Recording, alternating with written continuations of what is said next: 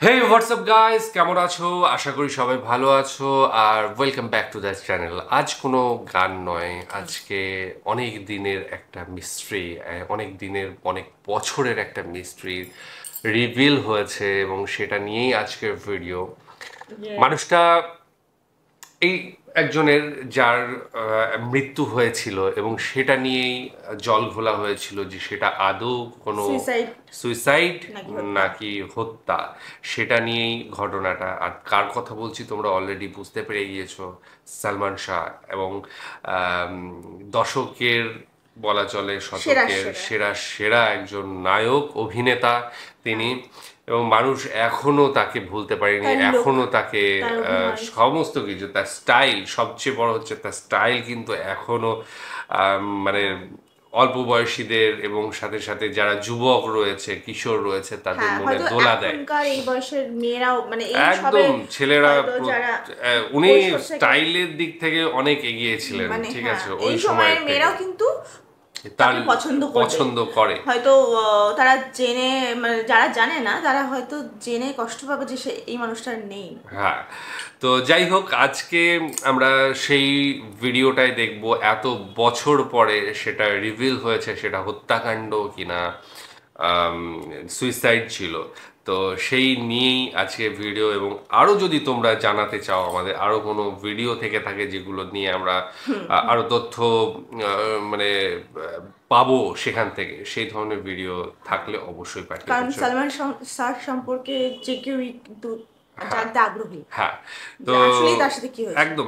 তো চলো আগে ভিডিওটা দেখে নিই, তারপর আরো আলোচনা হবে।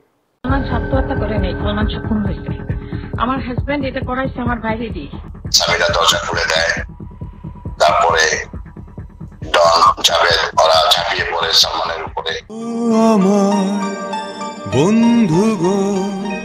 ঢালিউডের জনপ্রিয় নায়কদের মধ্যে আজও যাকে আলাদা করে চেনা যায় তিনি সালমান শাহ।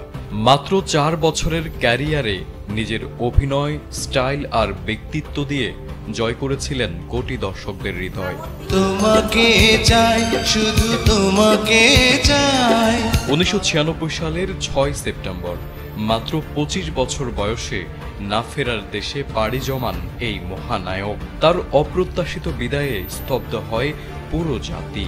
প্রায় 3 দশক পরও সালমান শাহ আজও বেঁচে আছেন দর্শকদের হৃদয়ে।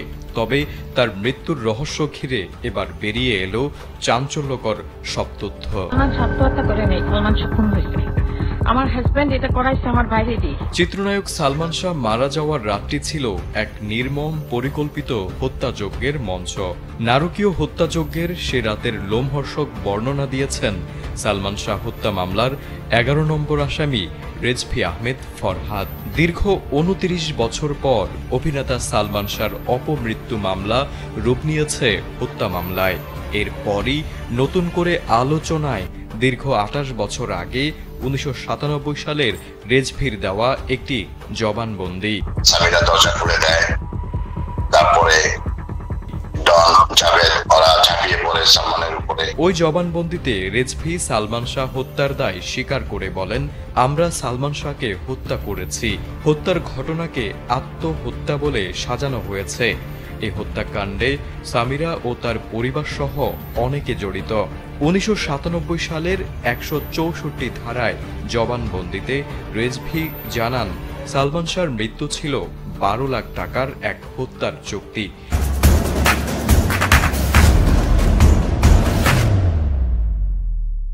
যে চুক্তি করেছিলেন সালমান শাহর শাশুড়ি লতিফা হক লুসি। এ হত্যা চুক্তিতে আরও ছিলেন বাংলা সিনেমার খলনায়ক ডন, ডেভিড, ফারুক ও জাবেদ। তুমি ছাড়া ভালো লাগে না।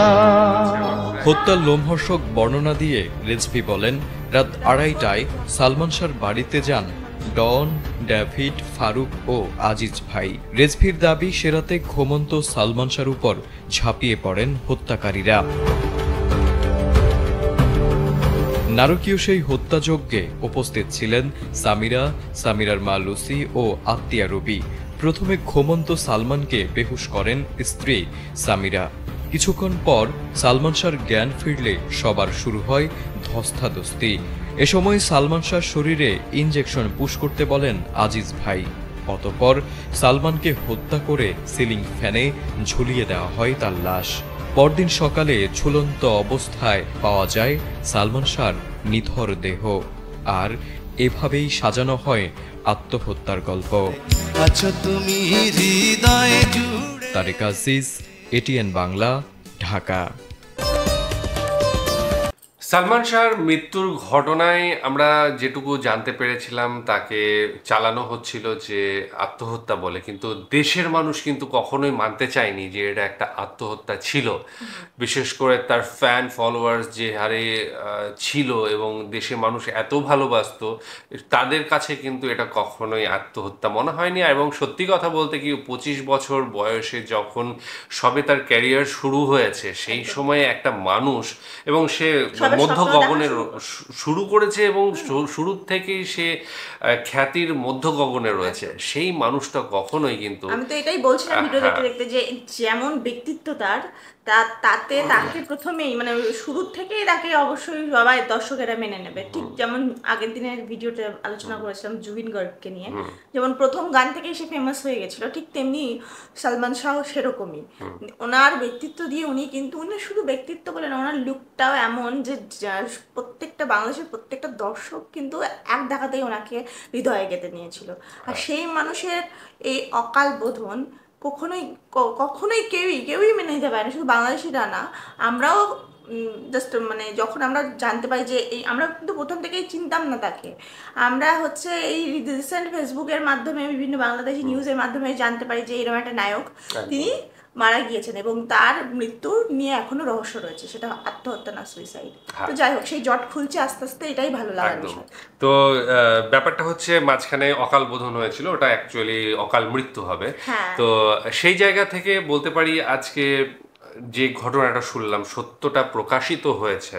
আমাদের একদিন লেট হয়ে গিয়েছে যদিও, আরও কিন্তু আমাদের কিছু জানার রয়েছে। যে ফ্যানের সাথে ঝুলিয়ে দেওয়া হয়েছিল, সেখানে বলা হয়েছিল যে আত্মহত্যা হিসেবে দেখানোর চেষ্টা করা হয়েছে।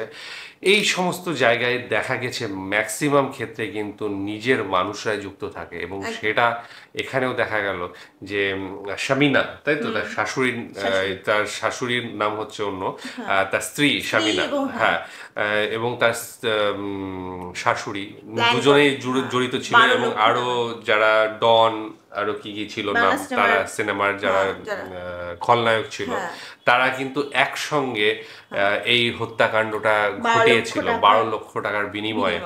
কিন্তু এই হত্যাকাণ্ডটা কেন করা হলো সেটা কিন্তু এখনো পর্যন্ত আমার জানা নেই। তো তোমরা যদি একটু জানাও, বা তোমরা যদি কোনো ভিডিও থেকে থাকে সেটা খোলসা করার।